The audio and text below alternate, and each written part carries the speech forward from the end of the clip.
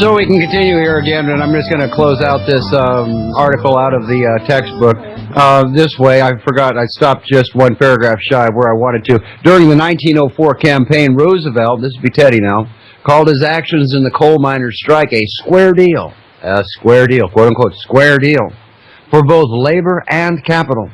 A term that stuck to his administration. His actions stood in powerful contrast to Grover Cleveland's in the 1894 Pullman strike. Now, that Pullman strike is another one of interest, too. Go back and look at the Vanderbilts and those guys. That was quite a story.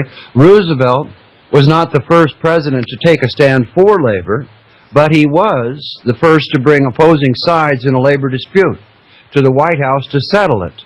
He was the first to threaten to seize a major industry, and he was the first to appoint a commission whose decision both sides agreed to accept. Important change there. The square deal. Old Teddy, he wasn't too bad. But again, he wasn't quite the duster that many thought he was. Certainly not that he said he was. And then again, back quickly to the Declaration. Why is it so important? Why are these words so important? We hold these truths to be self-evident that all men are endowed, or all men are created equal, and they are endowed by their Creator with certain unalienable rights. Why is that so important? Whether you're an atheist, whether you're agnostic, whether you're a true believer or a disbeliever or a misbeliever, one thing is absolutely certain. In this country, the Creator gives you your rights. You can establish whatever relationship there you want. But if you turn your back on that idea, then you're right back to the United Nations Declaration of Universal Rights and Universal Human Rights.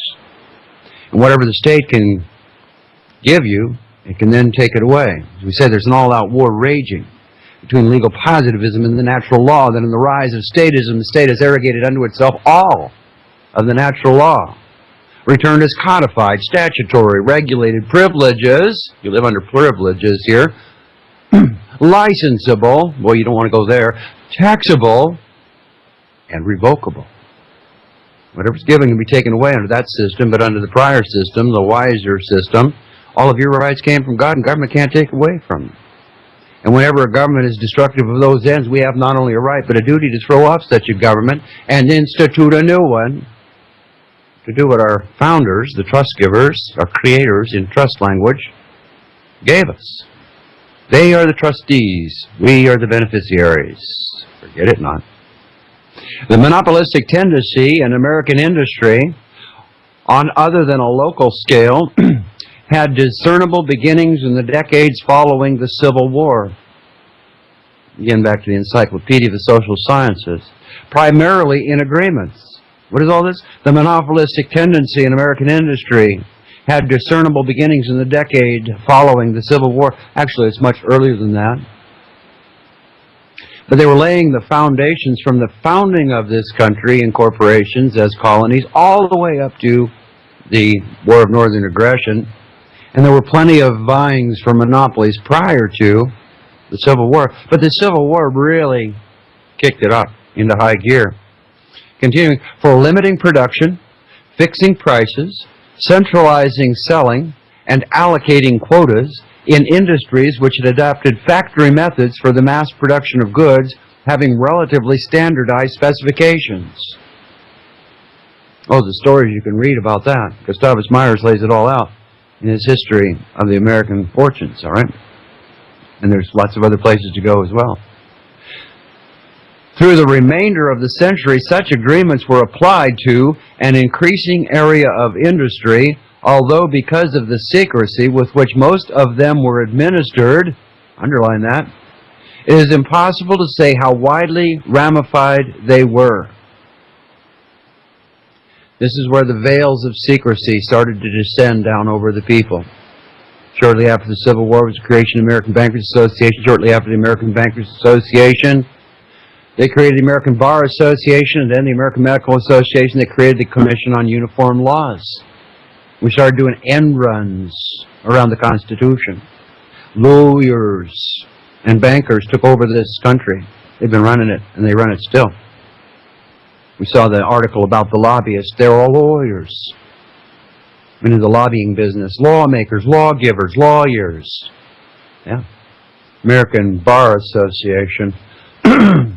Continuing, it's impossible to say how widely ramified they were. It is known that they existed in the salt, cordage, gunpowder, distilling, cotton yarn, sugar refining, coal mining, oil refining, and other industries, including the various branches of the iron and steel industry. Of course, we're not talking about here the monopolies in timber. We're not talking here about the monopolies in railroad. We're not talking about the roads and the turnspikes, etc., the coasting trade, shipbuilding. Many were limited to restricted geographical areas, which tended, however, to expand with the development of railways. Can't overemphasize how important it was to get these stagecoach routes, these mail routes and ways opened up, and get the stagecoaches and the railroad trains going. Well, if you want to understand something about this country, look into the Credit Mobilier, the canal building time periods. You want to know how these great intergenerational fortunes came to exist, the Warehousers and everybody else? Go back and look there at Hill and so many others. The scope of the agreements varied, as was true of European cartels. Not limited here. As we mentioned before, the St. Simonians got involved in a knockdown, drag-out, tongue, fangs, and claws dispute with the Rothschilds over who was going to control Credit Mobilier of France, which preceded ours. Of course, the St. Simonians and the Halevis, the Jewish bankers of Paris, lost out to the greater cartel of the Rothschilds, and the Rothschilds ruled the day. They took over that idea and they used it to their advantage. And what was that? That was the real formation of the public-private partnership, which was the way of the Rothschilds initially, the Rothschilds. But of course, as we mentioned in the past, there was nothing new to the Rothschilds. The Fuggers did the same thing before them, and they were the central bankers of Europe for hundreds of years.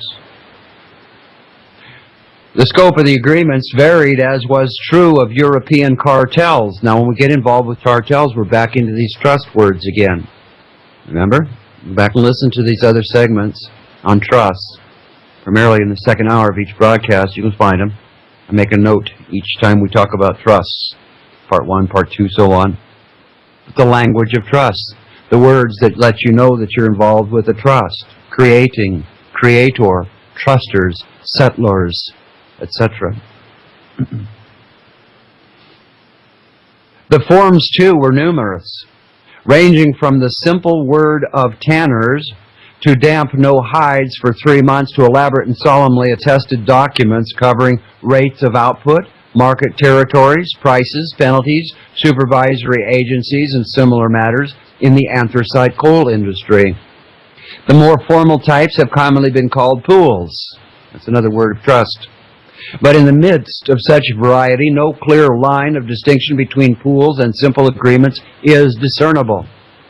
The policies, whatever their character, converged on the maintenance of satisfactory market prices. You can imagine yourself, maybe you got elected, you're the mayor, one of these Tea Party people, maybe you just propped up out of no place, used to be an auctioneer or a farmer, and you find yourself in Congress and you know nothing about trust. You're like being butt naked in a foxhole in the middle of a battle, and you have no armament. If we're going to be the replacement set, we need to be at least as knowledgeable on these things as we can be. This thing goes upside down and inside out. We're going to need new people to flesh out the system. We'll be right back.